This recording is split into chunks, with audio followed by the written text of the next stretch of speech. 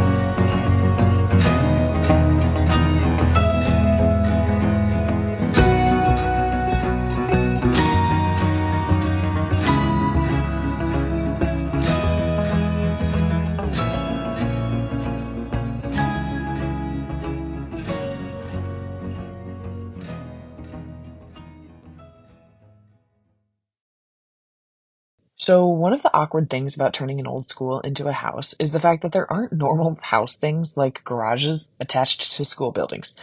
And after a year of parking our 14-year-old Toyota Camry outside getting covered in bird poop, I've realized what a luxury a garage really is. So while Sean and I have been inside doing stuff like shop vacuuming and cleaning and sealing up the brick to make it less dusty with a masonry safe sealer, big stuff has been going on outside. When we bought this school 2.5 years ago, there was a metal pole barn type garage here already. But with all the masonry and repointing we were going to have to do to the school and the state of some of the walls, we decided, hey, if we're going to do all of this work, why don't we work on the building and get it exactly how we want it in the long term? So here are a few shots of what the back of the school looked like when we bought it. As you can see, we needed to repair a lot of things on this side of the building. There were some spots in the brick where you could see through the mortar into the building. Other spots had big plants growing in the walls. There was water damage, and stuff was just getting into the building all over the place. And it's 100 years old, and finding a good mason is super difficult. It was one of the more stressful things about buying this crazy old building, and the only reason we were able to figure out how to repoint all of this and solve these problems was because we found our amazing mason, Brad. Brad and his partner E repointed the entire exterior of the building, and then they also cut out the windows and doors that we wanted to make our plans work. Seriously, if you're looking for a restoration mason in central Indiana, please DM me and I'll direct you to Brad. He is the man. In phase 1 of the construction, we added 2 patio doors off the back of the school here, with one of the patio doors going out to a roof deck on the garage. This roof deck was one of the things that we've always wanted to figure out how to make for whatever house we ended up buying. We just happened to end up buying a school. When we lived in New York, our last apartment was it was nothing special on the inside, but it did have this amazing terrace right off the kitchen where I'd grow a cocktail garden and had tons of plants, and we'd eat outside with friends whenever possible. And I just loved the access directly from the kitchen where you spend a ton of time right outside. So when we bought the school, recreating this terrace was something we really wanted to figure out if it was possible, because that little terrace in Harlem was so special to us, and we planned to have some big old dinner parties for family and friends. So back to the garage. For the first round of plans, we worked with my friend Danny, who helped us make a lot of the renderings of the school from the kitchen to the exterior. Danny helped do a ton of the facade updates in our hometown. He also opened the salvage shop in town, which is an incredible place because all the proceeds go back to revitalizing Franklin. But Danny is ridiculously creative, and he helped us make these initial renderings for planning our garage. We wanted to have the 3 bays for cars. We're not really car people, but we wanted to have 2 for cars and 1 for like a mud room, dog washing, slop sink, boot room type of entry. Maybe we'll park a golf cart there someday, kind of have like a moving workbench when we're working out in the yard, but just a place to contain the messy sprawl of life with animals and kids. So on the top here, we mocked up a pergola, and we were playing with an outdoor kitchen, but we've since nixed that idea since our actual kitchen is right inside here. And we originally played with having this spiral staircase right here, but we killed that idea in part because spiral staircases look cool and like a little piece of architectural art, but they're pretty annoying to actually use. But it was fun to put it in this drawing. We also mocked up a bunch of windows on the garage, but we're not going to do that because we have since learned that windows are stupidly expensive, and we'd rather not look into our garage anyway. We'd rather have a bunch of plants out here. So over here is our little patio zone, and we'll also have a little garden shed these are sliding doors in what we ended up going with on top of this little garden shed deck. Our garden will be over here out in the yard, so I thought that would just be handy to have a little bit of storage right there. But honestly, like, I know there's a lot of doors here. For the size of the building, there's actually only 6 doors total. But we wanted to be able to easily let dogs out and, kind of have just like separate entries and places where you can come and go and get outside quickly. So yeah, that's where we did stuff with Danny. You can also see through here, this little door has a transom window, so it's a little awkward. So we had this like glass awning, but I'll get into what we changed and updated for that. But it was really, really helpful having Danny mock this stuff up so that we could kind of just like see what our ridiculous ideas look like before we get into paying a real architect. So Danny's not a real architect. He did go to architecture school, but he is not someone who can really make architecture drawings. So for these drawings, we worked with Cooler Design out of Indy, and a big thanks to Bill and Bruce for all of their work on these. And not a ton has changed from what we initially mocked up with Danny.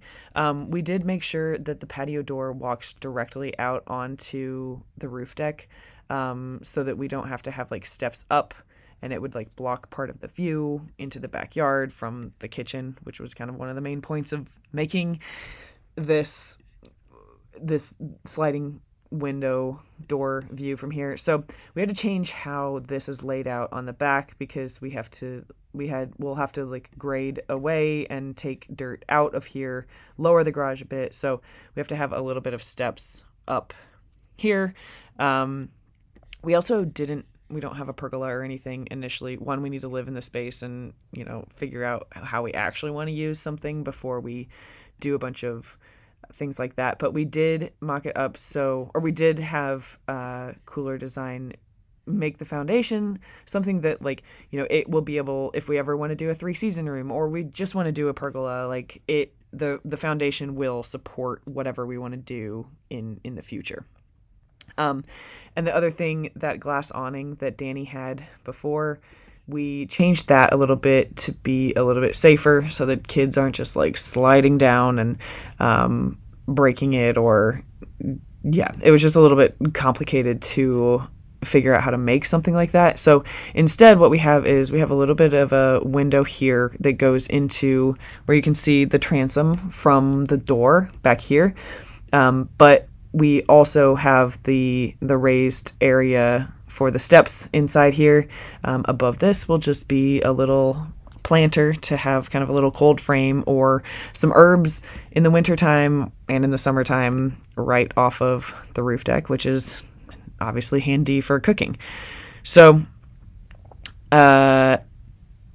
this animation actually goes inside the garage.